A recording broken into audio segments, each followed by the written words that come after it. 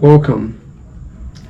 In today's lesson, we are going to talk about the menstrual cycle, which we will term as, for short, period. Now, the menstrual cycle actually is a period or a phase in life where every female undergoes. So in this cycle, we are going to look at two phases. One that occurs in the ovary, and then the other that occurs in the uterus. So we have what we call the ovarian cycle, and then we'll have the uterine cycle below this point. Now in the menstrual cycle, we are going to look at some few hormones, which we call the FSH, LH, progesterone, and estrogen. Now in my PCOS video, I made mention of FSH, LH, and then estrogen. So the only new hormone here is the progesterone. Now a quick recap. FSH is a follicle stimulating hormone that is produced by the anterior pituitary gland, which acts on the ovaries to cause effects. So in this video, we are going to look at the physiological effects of these hormones. So follicle stimulating hormone for FSH, luteinizing hormone for LH, progesterone, and then estrogen. So let's go straight to the uterine cycle. Now, to make the work easier, I'm going to begin with the luteal phase.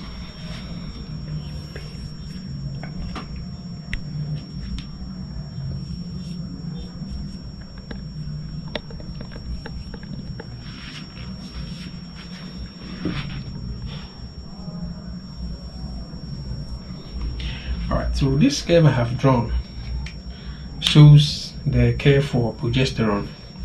So this level represents or shows the curve for the hormone progesterone. Now in this uterine cycle, we are going to take an average length of 28 days. So you can see my graph, I've labeled them 1, 14th, and then the 28th day. Now what happens is that when the female releases an egg, or when ovulation happens, which usually happens on the middle day of the cycle length. So for this length, which is 28 days, your period or your ovulation day will be 28 divided by 2, that's 14th.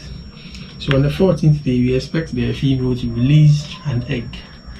Now when this female releases this egg, this hormone progesterone is being produced, and then as you can see, the levels of progesterone rises and then peaks at this point about during the 7th day or the 21st. That's from the graph. So 7 plus 14, that will be 21. So it takes about 7 days for the levels of progesterone to peak. Alright, so what happens if there's no sperm to fertilize the eggs? And what happens is that the levels of progesterone begins to decrease. Right, so just when the levels of progesterone is decreasing, then we expect that bleeding will occur, which we usually call menstruation. Now most women bleed for 3 days, 4 days, even 2 days. But for the sake of this lecture, we will bleed for 5 days. So this shows a rough sketch. So this is our bleeding. So this is when we term as menstruation. Now what happens in the ovaries when a lady is bleeding? Now the hormone called FSH, which is released by the anterior portion of the pituitary gland, acts on the ovaries and then causes the eggs to produce estrogen. This estrogen is what helps with the egg development. Now these eggs are found in a very large sac we call the Graafian follicle. So inside the ovary, you have these follicles developing. So just at the point where the female is bleeding, we can see that new eggs are being developed. So this FSH acts on the ovaries to generate estrogen, which I'll show on the graph with a pink color. So the levels of estrogen also begin to rise. Okay, so because bleeding is occurring here, which was as a result of the decreased levels of progesterone and estrogen, we expect that in our PCOS video, we said that higher levels of estrogen inhibit the release of FSH. Vice versa, lower levels of estrogen will stimulate the release of FSH. So in the follicular phase, where the follicles are developing, we have estrogen levels being reduced from this side. So this graph actually continues here. So because we have low levels of estrogen, of course we expect that the FSH hormone, the release will be increased to stimulate follicular genesis or to help with the development of new eggs. So I'm going to demonstrate the levels of FSH with a green marker. So as you can see, in the follicular phase, the levels of FSH are higher than that of estrogen. To help explain that, the lower levels of estrogen actually cause a release or the increase in release of FSH. So the green graph is above the pink graph.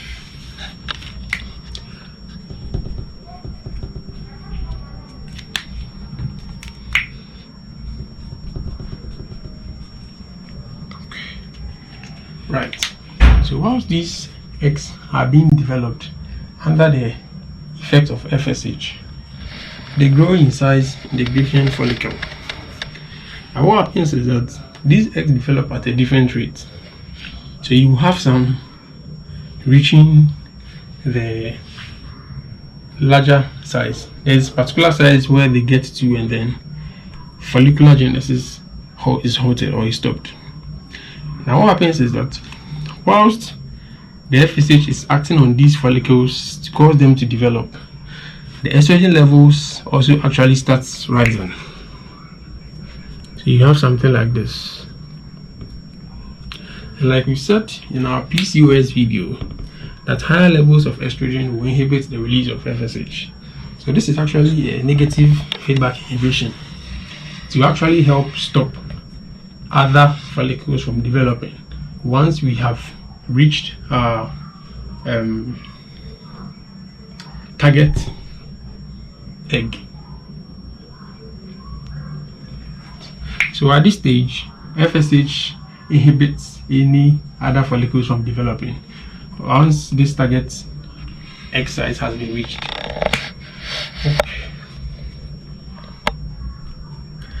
Okay, so let's see the effect of LH on these ovaries. Now this LH acts on these follicles to also cause the production of progesterone. Sorry, let me use black since I used black to indicate my progesterone.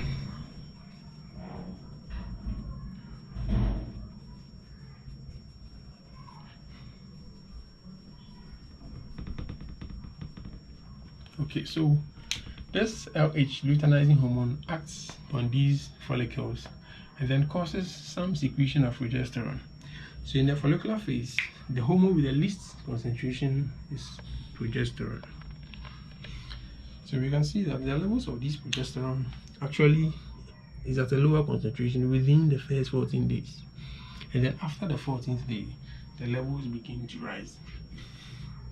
What is making this level to rise? Now, while this LH is causing these ovaries to produce progesterone, at the point where we have reached our target egg size, this egg is released on the 14th day. We also said in our PCOS video that once our target size has been reached, we expect the higher levels of estrogen to have a positive feedback on LH secretion. So around ovulation, we have our LH concentration going up.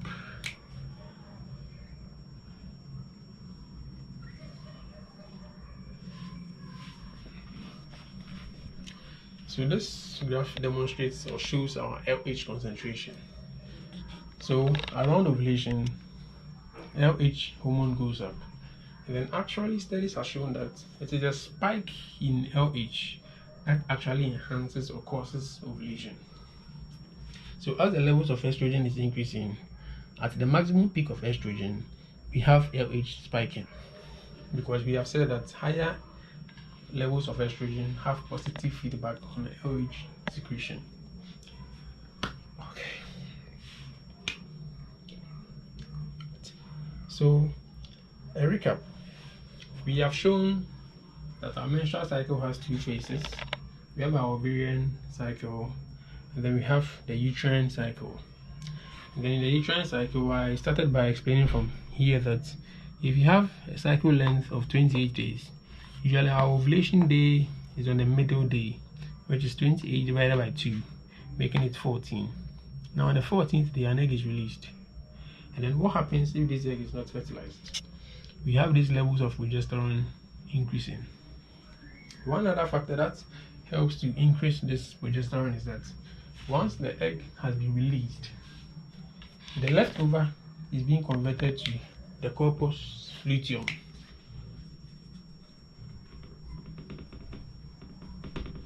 Now this corpus luteum is being acted upon by the LH hormone, which causes it to produce more progesterone. So the rise in progesterone in the second half of this graph is actually due to the corpus luteum, which actually produces progesterone. Then it peaks around the 7th day with about 7 plus 40, making it 21. And then if there is no sperms to fertilize the egg, we see that the levels of progesterone begins to decrease. And now once this level of progesterone and estrogen begins to decrease, we have what we call the bleeding, which we have shown on this graph. Now once there is bleeding, we expect that in the ovaries, new eggs are supposed to be developed. And then the cycle continues. And this egg development actually happens under the effect of FSH, which we call the follicle stimulating hormone. So this hormone acts on these eggs to generate more estrogens.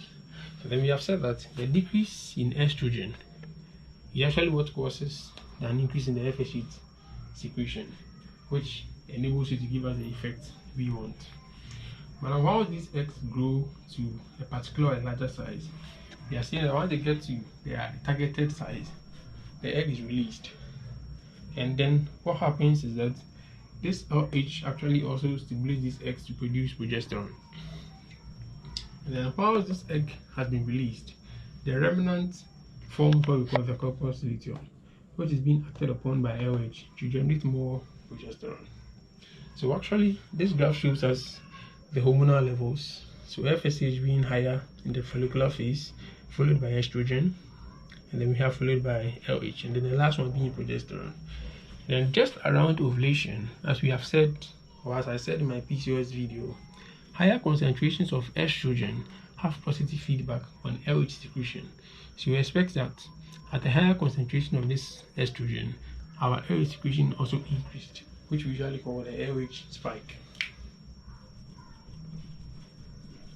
And this LH spike is actually responsible for the release of an egg. So once this egg has been released, then the cycle continues. So now let's take a look at the various functions of the hormones. FSH, that's the follicle stimulating hormone. This hormone is responsible for follicle or egg development. Now we saw from the diagram that during the egg development, estrogens are produced under the effect of FSH acting on the ovules. Now this estrogen is supposed to prepare the lining of the womb for the next cycle to occur.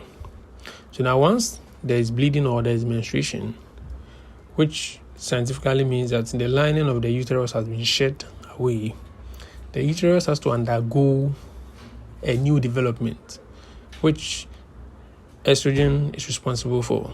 So it prepares the lining of the womb for the next period. Now, the luteinizing hormone. This hormone acts on the corpus luteum to generate more progesterone. So we saw from the graph that after day 14, the levels of progesterone begin to rise. Now, what happens if there is a sperm to cause fertilization? So once a sperm has fertilized an egg, the progesterone produced by the corpus luteum continues to rise. And this hormone is responsible for keeping or maintaining the pregnancy. If there is no sperm to cause fertilization, the levels of this hormone will come down. And then this results in menstruation.